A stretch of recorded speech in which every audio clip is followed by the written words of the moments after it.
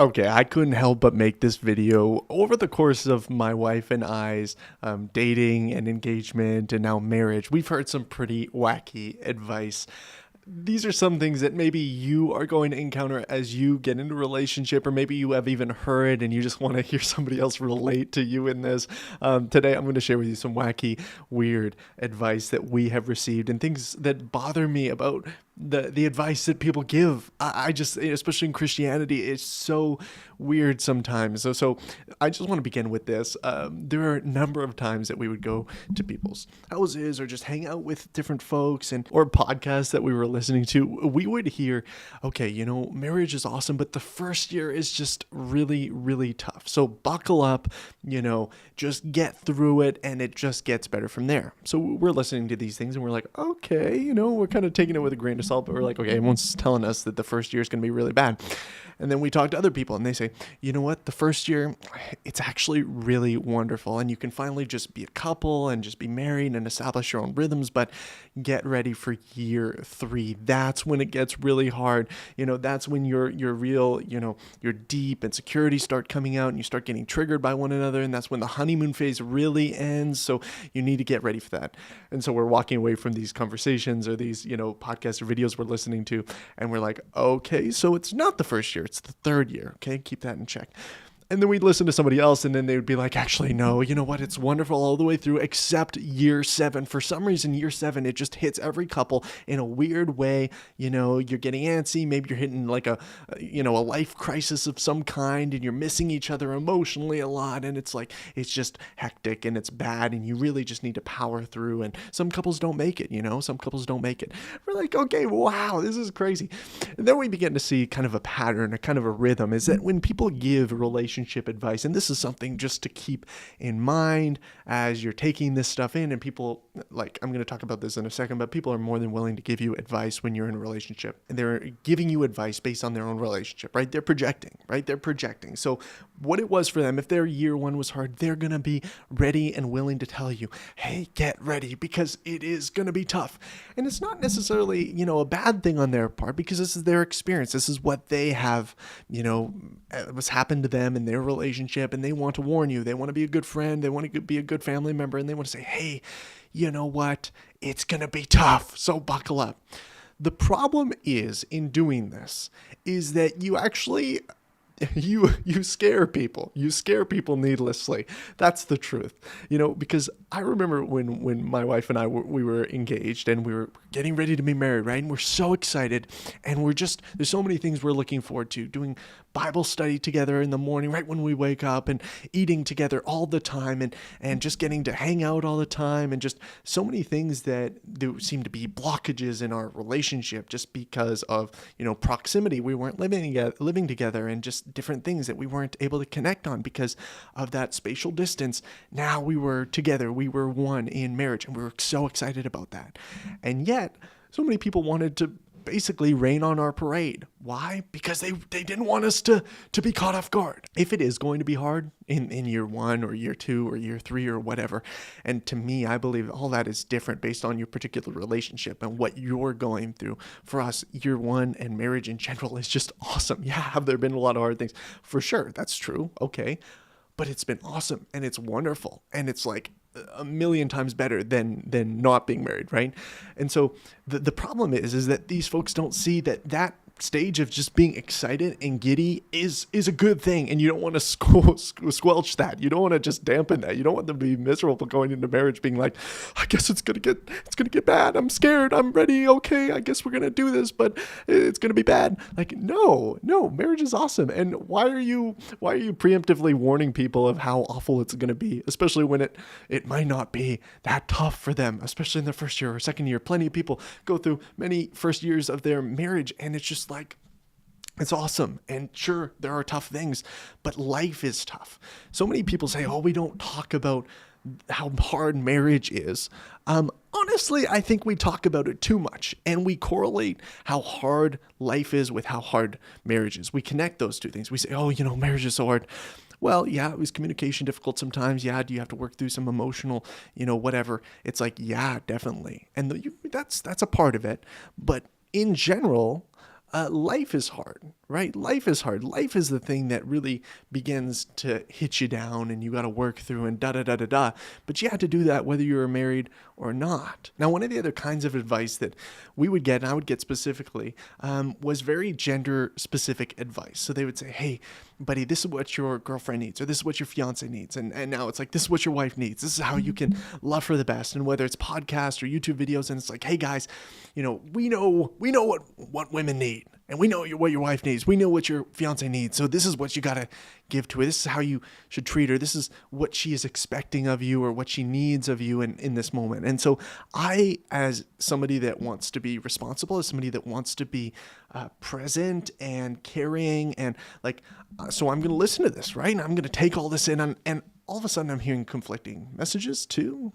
But then I'm also just spending so much attention on what these guys or these couples are being like, this is what she needs. I'm not realizing something important is that often the gendered advice that people give, especially in relationships, they don't apply to every relationship. Because although men and women, they are different, right? That doesn't mean that there are certain aspects where a woman could take on a particular attachment style in one relationship, maybe avoidant attachment. And if you guys haven't done any research in attachment styles, I would definitely recommend it. Maybe avoidant attachment. Well, the guy is anxious attached. And in another relationship, that could be reversed. And that plays a big portion in how you deal with conflict, or how you deal with emotional issues, or whatever. But for me, as somebody that tended to be more emotional, somebody that was more anxiously attached, a lot of and my wife was kind of the opposite in some ways.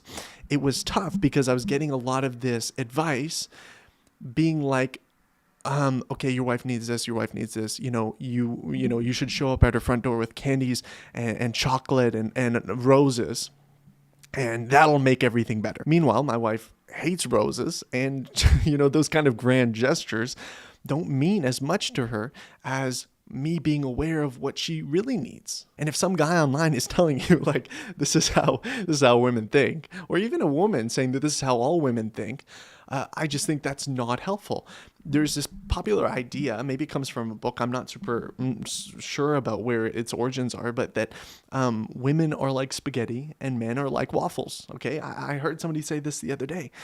And this is pretty common, like relationship advice. This is how you can understand your man, or this is how you can understand your wife, and how we can, even though we're different, we can understand each other.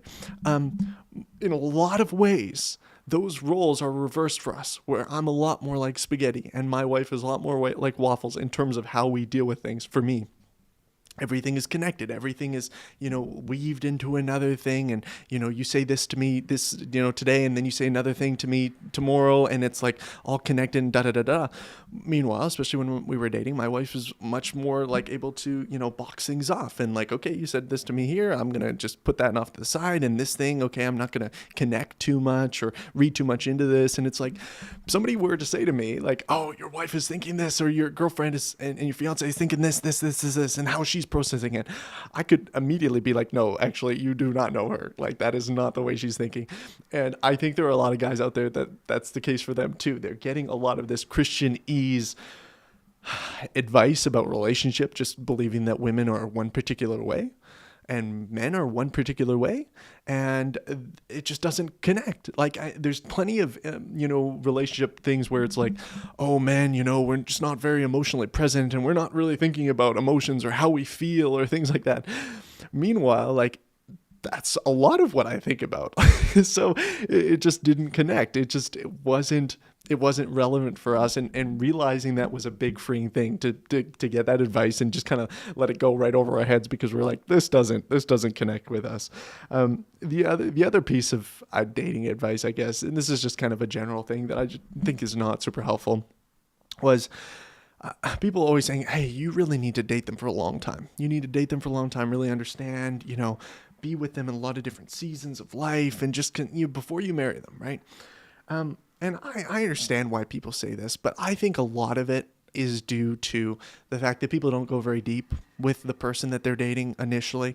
Like they don't have those tough conversations. It takes them a long time to pull out the deep stuff of life and of the past and all sorts of stuff with the person. They're not very serious. And one of the things for us when we were dating and engaged is that we were committed to being serious and intentional about having those conversations, about having those experiences, about, pushing ourselves to get to know each other in a quick way, because we knew we wanted to be married quicker. And I think there's nothing wrong with that. I think the expectation that, you should date for multiple years on end just honestly is a bad expectation, and it leaves room for a lot of temptation. It leaves room to say, well, you know what, we have plenty of years ahead of us, so I'm not really going to, we don't need to sort through this issue, or we don't need to work through this issue, or we don't need to really address this disagreement that we have, theologically or whatever. And maybe, hey, maybe you should have those conversations. Maybe you should stop giving yourself the license to say, we're just going to put it off and put it off and put it off. Maybe today is the day, because you don't have to wait forever to get married. You don't have to. And I think some of the advice around that kind of thing is bogus. And I just completely disagree. Plenty outside people, especially when you get in a relationship and you start, getting closer to marriage, they're going to volunteer a lot of information, especially if you're a little bit of a more open person and they know you might be more receptive to it. They're going to volunteer a lot of advice. Take it with a grain of salt. Know that your situation is different. Know that you don't have to adhere to exactly how they did things, because everyone thinks that for the most part they did it the right way, and why their specific situation they really honed in, and why their relationship is so great, or they want to tell you why it's so bad and how to avoid that and that kind of thing.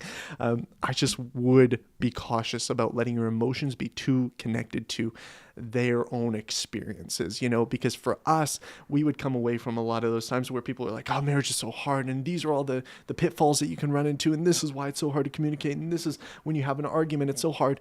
And we would just come away from those things as an engaged couple that really loves each other, that's really for each other, and we'd be like, when's the shoe gonna drop? When are we gonna start hating each other? When are we gonna start despising each other's existence? But in our hearts, we knew that wasn't going to happen. But still, it's like, don't take that. Don't let that take your mood down. Don't let that take your excitement down. Thanks for watching this video. I hope you guys enjoyed it. I hope you got something from it. If you enjoyed it, please give it a like down below and subscribe, because I'm putting out new videos all the time. And let me know some relationship advice that you have gotten in the comments down below that maybe was a little bit wacky. Until next time, God bless.